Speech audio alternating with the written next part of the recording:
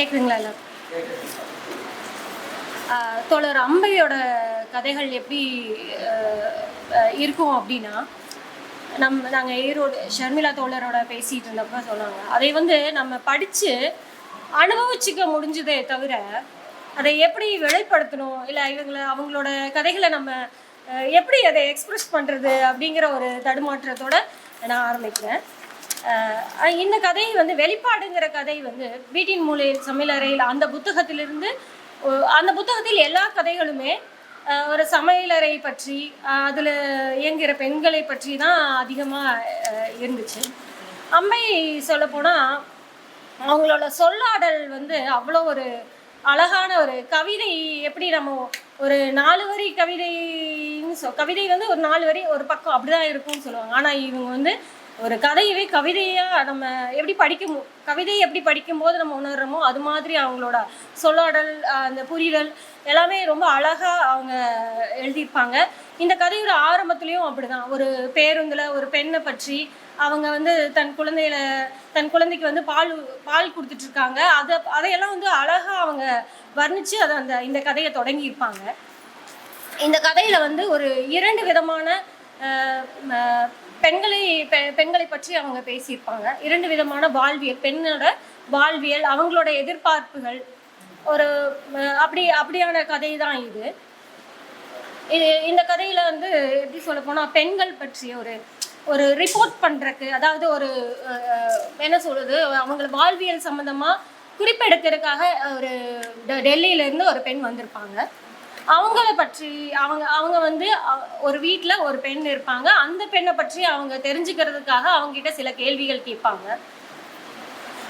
அந்த கேள்விகள்லேருந்து அவங்க சில விஷயங்கள், அந்த வீட்டில் அந்த பெண் எப்படி இருக்காங்க, எப்படி சமைக்கிறாங்க, இப்படியான ஒரு விஷயம் அவங்க தெரிஞ்சுப்பாங்க.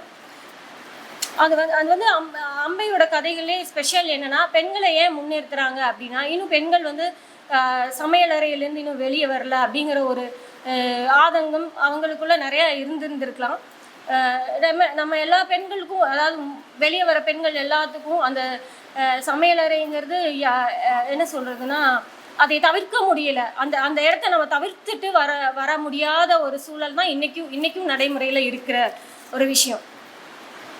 இதில் என்னன்னா, கண்ணுக்கு தெரியாத ஒரு பெண்களோட உழைப்பு நம்ம சின்ன உழைப்பு நம்ம எப்படி ஒரு பெண் அம்மாவுக்காக, அப்பாவுக்காக, தங்கைக்காக, சகோதரனுக்காக எப்படி அவங்க சமைச்சு போட்டு அவங்களோட வாழ்வே அந்த இரண்டு விஷயத்தில் முடிஞ்சிருது. எப்படின்னா, சமைச்சு போட்டுறாங்க, பிள்ளை பெற்றுக்கிறாங்க. இந்த 2 விஷயத்துலேயே அவங்களோட வாழ்வியல் மொத்தமும் முடிகிற சூழலில் தான் இங்கே முக்காவாசி பெண்கள், வெளியே வர பெண்களை தவிர்த்து முக்காவாசி பெண்கள் அவங்கவுங்க வீட்டில் இந்த 2 விஷயத்துக்காக தான் அவங்க நிறைய பேர் வாழ்கிறாங்கங்கிறத நான் இங்கே சொல்லிக்க விரும்புகிறேன்.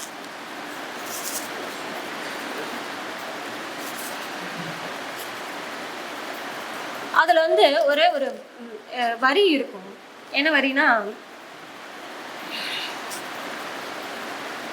கணவனுக்கு உரிய நேரத்தில் உணவு தரவில்லை என்றால் அவருக்கு கோபம் வரும். அந்த பெண் சிரிச்சு கொண்டே, கோபம் வந்தாலும் என்ன பண்ணாலும் அவங்க சிரிச்சு கொண்டே அதை பரிமாறணும். ஐயோ, அவங்க கோவப்பட்டுருவாங்க, அந்த நேரத்துக்கு சாப்பிடலைன்னா கோவப்பட்டுருவாங்க, அவங்க சூடாக கொடுக்கலைன்னா கோவப்பட்டுருவாங்க அப்படிங்கிற பெண்கள் இன்னும் அந்த பயத்தோடையே தான் அந்த வேலை செய்கிறாங்க. இந்த வரிகளெல்லாம் படிக்கும்போது எனக்கு ஒரு விஷயம் நான் அது பகிர்ந்துக்க விரும்புகிறேன். என்னோட அத்தை அவங்க எங்கள் மாமா ஹாலில் தான் இருப்பாங்க எப்பவுமே. அத்தை சமையல் கட்டில் தான் இருப்பாங்க. இங்கேருந்து அவங்க பேரை சொல்லி கூப்பிடும்போது, அவங்க அந்த பேரை சொல்லும்போது அவங்களுக்கு காஃபி வேணுமா, இல்லை டிஃபன் வேணுமா, துண்டு வேணுமா, என்ன வேணும்னு அவங்க புரிஞ்சுக்கிட்டு அதை செய்யணும். அவங்க பேரை சொல்லி கூப்பிட்டோன்னையும் அவங்க தோசை கேட்குறாங்களா எடுத்துகிட்டு போவாங்க. ஐயோ, குளிக்க போனாங்களே துண்டு கேட்பாங்களா எடுத்துகிட்டு போவாங்க. அப்போ அவங்களுக்கு அவங்களோட ஆண்களை ஒட்டியே ஆண்களுக்கு என்ன வேணும்னு செய்யற இதுலயே அவங்க வாழ்வியலும் அவங்க சிந்தனைகளும் அதுலயே அவங்களை என்ன சொல்லுன்னா, அவங்க மக்கி போறாங்க. அவங்களோட சிந்தனைகள் பூரா மக்கி போகுது. இல்லை என்ன சொல்றது, அந்த அழுக்கு படிஞ்சு அது அந்த மேலே பூசப்பட்டு அவங்க ஒரு உண்மையான சிந்தனைகளுக்குள்ள, உண்மையான அவங்க வாழ்வியலுக்குள்ள அவங்களால வாழ்க்கை ஃபுல்லாக வரவே முடியாதுங்கிறது தான் இது பெரிய ஒரு வருத்தமாக நான் இங்கே வந்து பதிவு செஞ்சுக்கிறேன். அப்புறம் இதில் ஒரு விஷயம் சொல்லியிருப்பாங்க, தோசை ஒரு நாளைக்கு எத்தனை தோசை சுடுறீங்கன்னு கேட்பாங்க. 20 தோசை சுடுவாங்க. அப்போ வருஷத்துக்கு எத்தனை தோசை சுடுவாங்க? 7300 தோசை. அப்போ வந்து அவங்க எத்தனை வயசுலேருந்து சுட்டுருப்பாங்க, ஆரம்பிச்சிருப்பாங்க? 10 வயசுலேருந்து ஆரம்பிச்சிருப்பாங்க. இப்போ எவ்வளோ வயசு அவங்களுக்கு? ஒரு 30 வயசுன்னு வைங்க. அப்போ 20 வருஷமா 2,92,000 தோசை சுட்டுருப்பாங்க. அப்போ அவங்களோட இது போக சாப்பாடு, குழம்பு, ரசம், பொரியல், அவியல், பாயசம், இந்த மாதிரி எத்தனை முறை அவங்க சமைத்து சலித்திருப்பார்கள், எத்தனை முறை வடித்து வடித்து கொட்டியிருப்பார்கள். அப்படி என்று நம்ம வந்து இந்த கதையை படிக்கும்போது நான் மட்டும் இல்லை, என்னை சார்ந்த பெண்கள், அதாவது நான் பெண் இனத்தையவே என்ன சொல்றதுன்னா நினச்சி நான் வேதனைப்பட்டேன். இது வந்து நான் முக்கால்வாசி கதைகளை இரவுல தான் படிப்பேன். அப்போ அதுக்கப்புறம் என்னால் கடந்து படித்து தூங்கவே முடியலை. எத்தனை பெண்கள் இந்த மாதிரி நம்ம சமையல் அறையிலேயே சொன்னால் நம்மளுக்கு பசிக்குதுன்னு, அம்மா பசிக்குது அப்படின்னு வர மகனுக்கு நம்ம என்ன பண்ண முடியும்? நம்ம அப்போ சாப்பாடு கொடுக்க முடியும், அவ்வளோதான். ஆனால் இதே ஒரு ஆணை பார்த்தோ, ஏன்ப்பா உன் குழந்தைகளுக்கு சாப்பாடு போடல, ஏன்ப்பா உன் கணவன் மனைவிக்கு சாப்பாடு போடலன்னு யாரும் கேட்க மாட்டாங்க. ஒரு பெண்ணை பார்த்து தான் கேட்பாங்க. ஏன் அது கேட்குறாங்கன்னா, பெண்ணுக்கு வந்து அந்த உள்ள இருக்குது, தாய்மை உள்ள இருக்குது, இதெல்லாம் கட்டுக்கதை, நிஜமாலுமே கட்டுக்கதை.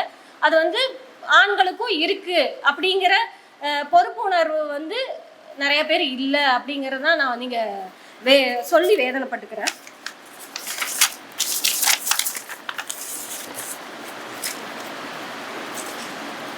அப்புறம் அதுலேயே அவங்க தங்கை ஒருத்தங்க வராங்க.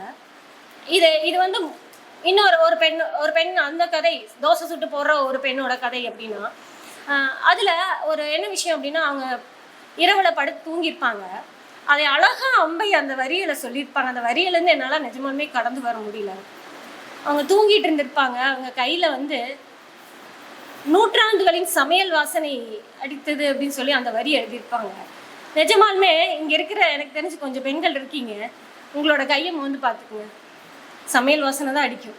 ஒன்றா சாம்பார் வாசனை அடிக்கும், என்ன நம்ம சமைச்சோமோ அதோட ஸ்மெல் வரும், ரசம், இந்த மாதிரி நம்மளோட சமையல் வாசனை நம்மக்கிட்ட இருந்து எப்போ போகும்னு அந்த ஏக்கத்தோடு தான் நான் இந்த இதையை பதிவு செஞ்சுக்கிறேன். அவங்க அடுத்ததாக தங்கையோட உரையாடல் பண்ணுவாங்க. அந்த பெண் வந்து அந்த ஆய்வுக்காக வந்த பெண் வந்து அந்த தங்கையோட பேசிகிட்டு இருக்கும்போது சொல்லுவாங்க, உனக்கு என்ன மாதிரி கணவன் வேணும் அப்படின்னு அவங்க கேட்பாங்க.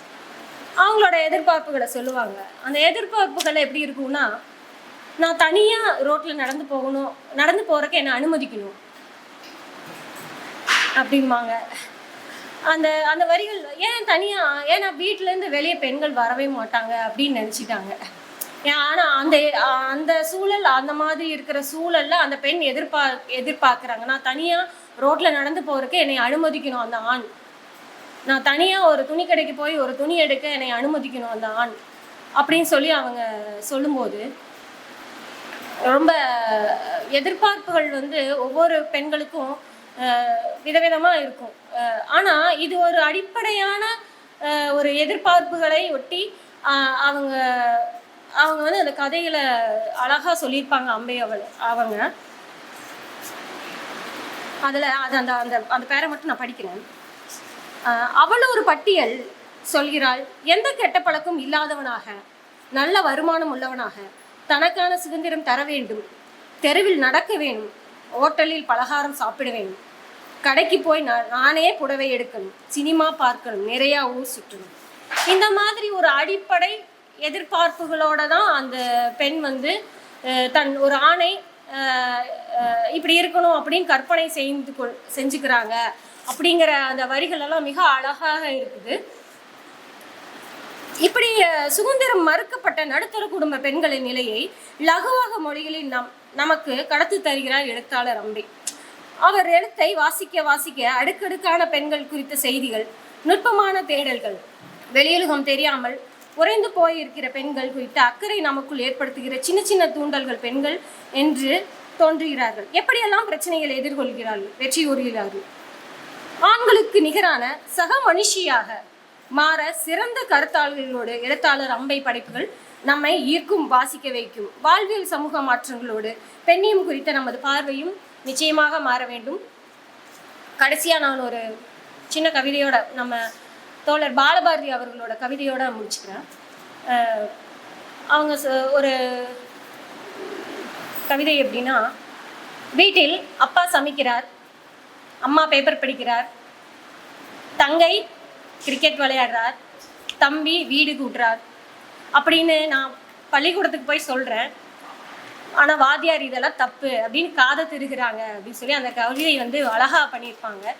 இந்த கவிதை எப்படின்னா, இந்த நிலை மாற வேண்டும் என்ற ஏக்கத்தோடு பாலபாரதி அவங்க எழுதின கவிதை. இது எனக்கு தெரிஞ்ச ஒரு 20 வருடங்களுக்கு முன்னாடி எழுதின கவிதை. இன்னும் மாறலைன்னு தான் நான் நினைக்கிறேன். அந்த மாற்றத்தோட நோக்கி அந்த ஏக்கத்தோட நானும் இதை வந்து பதிவு செஞ்சுக்கிறேன். நன்றி, வணக்கம்.